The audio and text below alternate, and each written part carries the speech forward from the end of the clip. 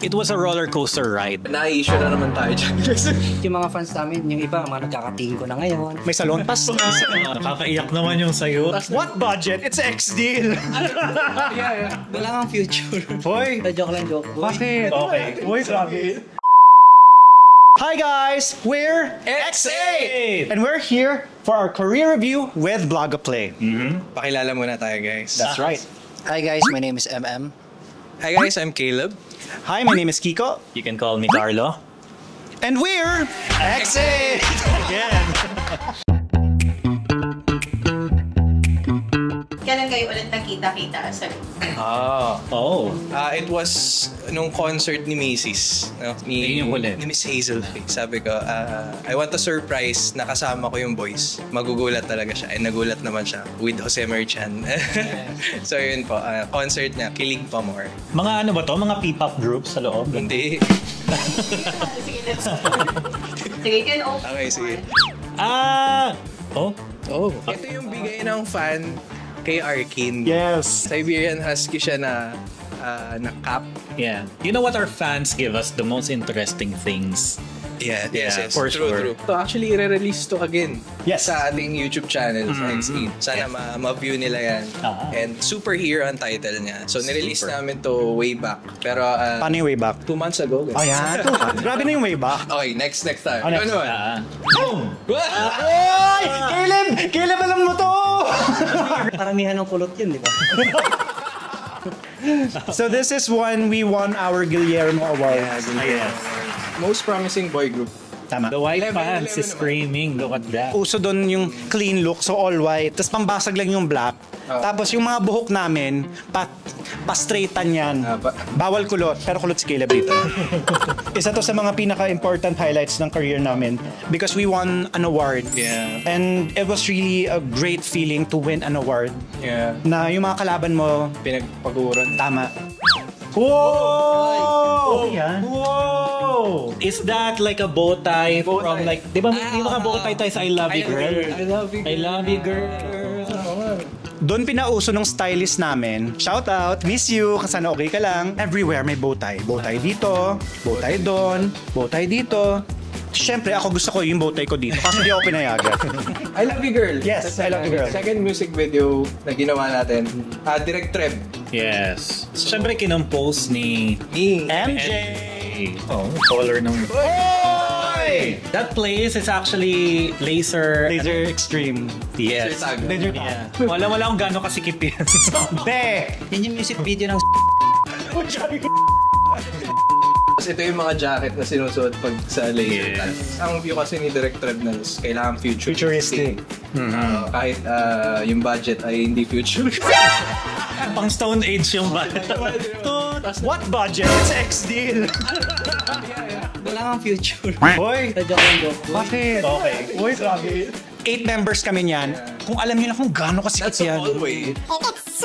It looks like maluwag siya dahil naka-wide siya. As in, Kasi mas... nakilala ng elevator ng Mega Ito lang, ito lang. Tama. 2, 3, 4, 5 lang. Parang ganito lang yung distance namin, tapos nakasiksik kami and we had to do choreography. Yung budget before ng mga music videos ng P-pop has come a long way to where we are now. Sa hulay ko naman. Avatar. Oy! Ano to? First endorsement Ng with Sir Piolo Pascual, Sarah Ann Geronimo. Curtis, and Sarah Geronimo. First billboard natin, first bus board. Tama, bus board. Wait, tawag. Busbill. We recorded songs Oh yeah. na exclusive lang for the phone itself. Doon mo lang It's actually maririnig. the third album, no? And nirelease lang siya sa phone. Yeah. Na hindi pwede makopy. Pero nakopy ko. As a techie. Na-upload ko sa YouTube. Panoorin sa YouTube namin. Yeah. We were able to perform in Araneta for my phone, remember? Around Philippines. We experienced a lot of great opportunities because of my phone. We are very grateful to them. Yes. Andyan. Uy, alam ko to. This was when we were awarded our Gold Record Award on Party Pilipinas sa GMA. It took us like 6 to 7 months bago natin nakuha yung gold album. With the fans. Ito yung totoong sign of aging. Yeah, sold out. 200 albums every mall show. Minsan 300 eh. Yeah. Kasi extra stock sila minsan. That's 349 pesos. Yeah. Shoutout sa mga fans namin na isang dangkal na yung album sa bahay. Some of the fans, pag may mall show tayo na yung tatlong sunod-sunod, parang halimbawa, Manila, Laguna, tas Pampanga. Yeah. Same day, nandun sila. Tama. And bibili sila ng album kasi gusto nila makapasok dun sa mall show. Yeah, grabe yung effort nila, no? I'm so thankful na na-reach namin itong achievement natin because of you guys. Naalala ko dati may fan tayo. Tinatakbo niya from one mall to the other. From GMA, tatakbo siya papuntang mall. Yeah. From Party P kasi abangan pa niya tayo. Manonood sa siya labas. ng Party P sa TV. Lalabas siya dun sa parking lot. Kasi tatakbo na siya papuntang mall. we always go outside para kumaway sa fans before kami umuwi or pumunta ng mall show. And take note guys, wala pang Grab dati. Wala pang angkas. Yes. Nakakarating sila sa kung saan-saan mang mall show. Yeah. Na kaya Estudyante yan. and they were students. So grabe yung pasasalamat namin dahil they made us feel very special dahil sa effort na nilabas nila. We love our supporters talaga sobra. Do you have a name for your fans? It was AFM, Accelerated for Music. Ayan. They came up with it. Tapos may nabuo na sunod nung naging regular kami sa GMA. Ang tawag sa kanila Solid Party Friends of Accelerate. SP Fox. And now, Nagpa-poll kasi kami sa... So fans pa rin yung nag-vote. Ang nanalo sa poll ay Exist. It's time to exist again. yes, kasi they've been existing for years. Bago namin naisipan magkita-kita ulit, nag-e-exist pa rin sila kasi grabe yung support nila. As in, we were receiving messages na parang, come back kayo guys, come back. Ang tagal na namin naghihintay for a comeback. Yung mga fans namin, yung iba, mga nagkakatingin ko na ngayon. May salon pass. Hopefully, magtuloy-tuloy itong pinaplano namin and it will result to a possible comeback. Siyempre. Carols. Dapat ikaw nagbukas nun. Pinagpili kami ng mga kulay niyan. Ako lang pumili ng pink. It was garter na tinahit-tahit. Yeah, but it looks great sa stage. Yeah. And pinasuot kami ng per color. Yes. Ate Aliana thought na yung mga K-pop, bongga yung susuotin. Ending, nag-suit and tie lang sila. It is what it is. Tapos pinapili kami ng colors. As in nakalagay red, blue, green, yellow, purple. May pink! Walang kumukuha ng pink! Nakuha ng pink. Sabi ko, bad trip. Sige na nga, ako na nga. Kasi nung sa nakasanayan yun, True. Sabi ko, ako na lagi pink, ha? Actually, on top of I Love You Girl, ginamit rin natin to sa first guesting na launching natin. launching, yes, ng You're So Hot sa Party P. Pero yun yung naging pasehan ng GMA para maipasok tayo. Yes. Every Sunday sa Party P. I love Sitcom that. namin sa QTV. I love Ito yung Sabado. first episode. First guesting natin na nagtuloy-tuloy na. Oo. Nandiyan si Principal Pal, di ba? Pero dito sa first kit natin, nanay natin si Wally. Ayun. Oo. Yeah. Tapos tayo yung mga anak. So to those who don't know, this show is called I Love Sabado. Yes. Blue na naman. Boom! Oy! Ay! Magkatabi nga. Alam mo ba? Matagal na akong Ito nagtitim. yung necklace ni Dirk na inulog niya. True. Oh yeah, that's it. Yung Music video na I Love You Girl. And memorable din siya kasi Second music video natin yan. na-issue na naman tayo dyan. Dahil sa music video na to, pawis kami. Explain na namin kung bakit. Ayoko sana explain. Guys, walang aircon, walang electric fan. Nakalimutan mag-hire. So, ang init, open air yung venue. Sorry kaya yung banks namin, imbis na pag Ganun. Tas sorry din, na monoblock lang kaya. Ex-deal din kasi. Buti nga may monoblock eh. Tama. So hindi, invisible chair yun. True. Pero I'm quite proud of this song. Yes. Kasi this is our second song and also kinompose MJ. So, a group natin. And Direct. iba yung meron kang kagrupo na gumagawa ng kanta para sa iyo. Fun fact then, I Love You Girl was composed by MJ Magno, 20mm. He did it in 5 minutes. On a tissue paper. Sinusulat niya yung lyrics. Sabi sa amin, gagawin ko tong kanta. A few weeks later, kanta na. Ganun, as in, solid. So last one, sabay-sabay na tayo guys. 1, 2... Carlo, sa'yo to. Sa'yo to. Kailangan ko to Introduce ko muna. This is XLR8. Accelerate from Ben 10. I'm a big fan of Ben 10 cartoon. Okay. I'm a geek. I love cartoons. Okay. Ang original name dapat ng group, it was like Forever. As in number 4. Before, ano lang kami. Yeah. 4 lang kasi yung target. 4 lang kasi yung target. And we were like, no. Like, Please, wag forever. Forever. Tapos naging 5 tayo. naging 5. Jets. Aki muna, di ba? Kasama niya si Aki. Aki, Una si Kiko, Aki, Carlo, Caleb, ako, Si Arcade, Kambal, AJ. Nag-iisip kami ng name. Sabi ko, gusto ko talagang palitan yung Forever. Kasi I was imagining like, paano kung lolo na ako sa future? Pagtatawanan ako ng mga apo ko, Forever. Parang, it doesn't sound timeless.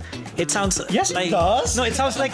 No, it sounds like a generic placeholder name for a boy band. Yes. Nakita ko lang sa news feed ko na na-announce yung To Anyone, sila Sandara. Like, it was refreshing. Ganyan. That was the launch nung Fire music video. Yeah, so I was like, to anyone. I was like, I love the wordplay here. I like the psychology behind it. Na parang, yeah, kasi pag nag-iisip ako ng name, kailangan may psychological effect, good effect sa fans, na parang, when you read XLR8, it seems like, it feels like you're solving a problem. Parang it's like a puzzle. It's a simple puzzle, pero it feels rewarding at the same time. So you feel smart and ganyan. So, ayun. And then pinadouble check ko sa Viva, is it okay to use Accelerate? Because I want to be very careful. And they said yes. Kasi copyright sa cartoons is very different from music, from hardware, blah, blah, blah. And there we go. Doon galing ang name ng Accelerate. Tama. We used to call ourselves Accelerate, pero now we are rebranding to another name. That's why we are calling ourselves X8. Yeah, parang new chapter. New chapter, new start, new beginning. And syempre, we're not kids anymore. So this is a more mature side of what you guys knew as Accelerate. Yeah. Kasi syempre, ano na kami? Tito na kami. Yep. We just want to show a new and different side to the group that we weren't able to give to you nung early days namin because we were young. We made mistakes and now we can show you that we still have something more to give. Yes. So ngayon, pinapapili kami ng vloga ng numbers 1 to 5. 5. Oh! Direct! Ang good yun! Ang gwapo natin dyan, ah. Ang dami natin dyan, Bim! Oo nga, Okay. nagbuhos. Okay, game. For to clear the air. Noong time kasi na yan, nung binubuo yung grupo, ang first talaga nating peg was Jonas Brothers. Yes. Yeah. Kaya Yeah. kami, kaya sila tatlo na nadagdagan ng isa. Yeah. Naging pang-apat ako. So, yun yung style. Kaso, ayaw naman nila na magstay dun sa boy band na yung may instruments and all. So, tinry nilang lagyan ng sayaw.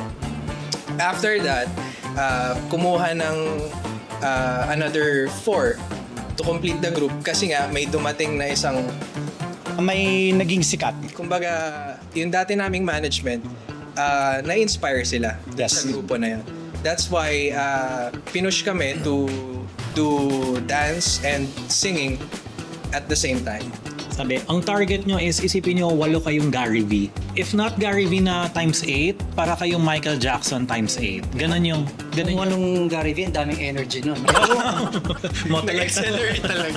Nagkataon lang talaga na may sumikat na grupo, That's right. which is yun nasa picture. Yeah. And syempre, it was a very new thing back then Yeah. that we didn't really have much to take inspiration from. So, unfortunately, yun yung napiling route. And as artists, we had no say on the direction that was given. We could only say yes to the direction. And to clear that out, we're kids. We were kids. Back then.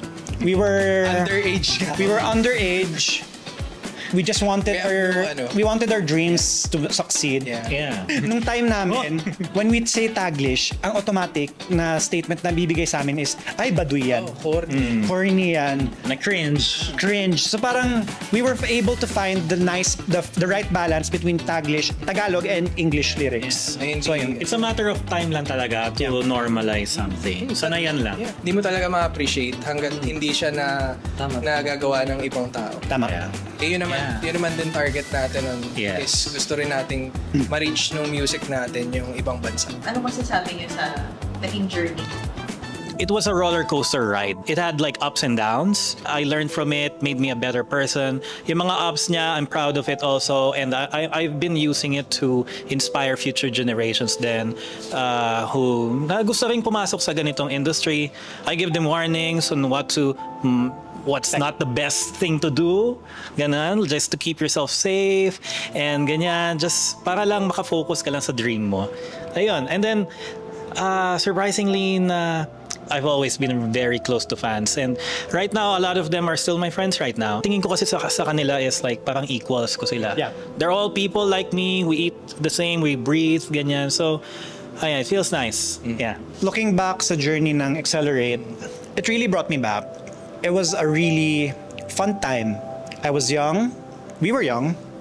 We were living our dream. It was looking back now, really humbles me. We were just nobody before. Because of Accelerate, nakilala kami.